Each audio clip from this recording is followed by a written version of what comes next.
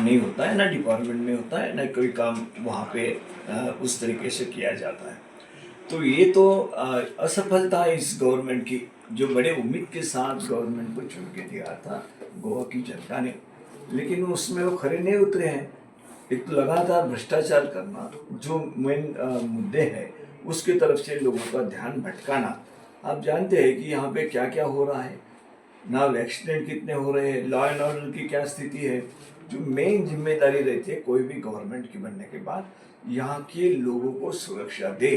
क्या सुरक्षा मिल रही है? कितने एक्सीडेंट हो रहे हैं उसके लिए कुछ कर रही है गवर्नमेंट? या लोग अभी इतने सालों से आना चाहते थे गोवा में यहाँ के पर्यटन के लिए, लेकिन धीरे धीरे वो भी कम हो रहे हैं। क्यों हो रहे हैं? इस गवर्नमेंट की जो जिस तरीके से उन्होंने कदम उठाना था वो नहीं उठा पा रही है। पूरी तरह सभी सब्जेक्ट के ऊपर फेल हुई गवर्नमेंट है। इनके अंदरूनी आज मैं एक नगना कहता हूँ कि देखिए, दिन ब दिन इनको ओपन करेंगे, उन्हीं के लोग करेंगे। उनको पता है कि हमारी गवर्नमेंट नहीं रहने वाली है, आगे कांग्रेस गवर्नमेंट आने वाली है। तो इसके लिए आज पूरी तरह उनके गवर्नमेंट के अंदर भी एक दूसरे के साथ अच्छे संबंध नहीं है। सिर्फ झगड़े जो हैं वो पैसों के लिए झगड़े हैं। ये भ्रष्टाचार सरकार है और लोग जानते हैं कि ये पूरी तरह भ्रष्टाचार से लिप्त सरकार वहाँ बैठी हुई है।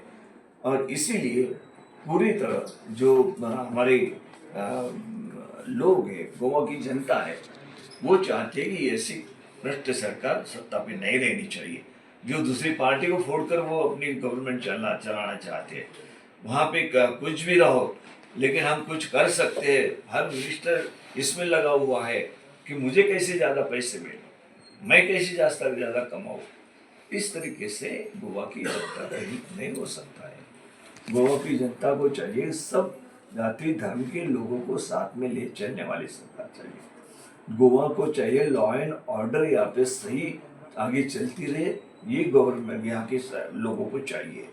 उनको भाईचारा चाहिए। इस जनता, गोवा की जनता को सभी जानते हैं कि कौन भाईचारा रखना चाहता है, कौन आपस में भिड़वाना चाहता है, कौन सी पार्टी क्या कर रही है, ये जानते हैं लोग। और टाइम पर बराबर सबक सिखाएंगे। लेकिन आज ये भ्रष्टाचार सरकार, उसका परिणाम जो लोगों को भुगतना पड़ रहा है, बहुत गलत बात है। हम जरूर ये उठाएंगे और लोगों में जाकर बात करें इसके बारे में।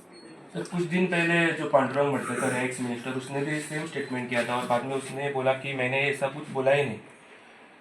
तो देखिए, जो एक बार मुंह से निकलता ना वो सच्चाई होती है, और बाद में तुम कितना भी उसको बनाते रहो तो वो लोग समझ चुके रहते हैं। उस वक्त दुरुस्त करने की भी जरूरत नहीं रहती, लोग समझ जाते हैं।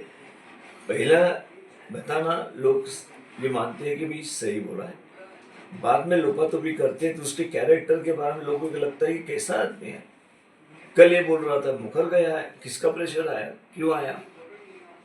मतलब ये खुद के मतलब के लिए ऐसे स्टेटमेंट दोबारा देने की कोशिश करते हैं, उसमें कुछ लोग सुनने वाले नहीं हैं। अगर लेकिन सीएम ने कहा कि एक्शन लिया जाएगा, क्या एक्शन लिया जाएगा आपको लगता है? कि खुद की मिनिस्टर है, एक्शन एक ही होना चाहिए कि सीएम ने रिजाइन कर देना चाहिए, क्योंकि वो लॉ एंड ऑर्डर नहीं संभाल सकते, अपने भ्रष्टाचारी मंत्रियों को नहीं संभाल सकते। इतना ही नहीं कि भ्रष्टाचारी जो वहाँ पे है उन लोगों को तुम भ्रष्टाचार कर रहे हो, मिनिस्ट्री के बाहर हो जाओ, करने की हिम्मत भी सीएम में नहीं है। इसका मतलब क्या है? कहीं ना कहीं सीएम से डायरेक्ट इस बारे में संपर्क है, संबंध है, वो भी इसमें लिप्त है। यही आप उसमें आकलन करेंगे, दूसरा क्या कर सकते हैं? तो अगर सीएम को लगता है कि इसने ये ठीक किया नहीं, जनता के अलग किया है, विपरीत किया है, उसको इमीडिएट निकाल देना चाहिए।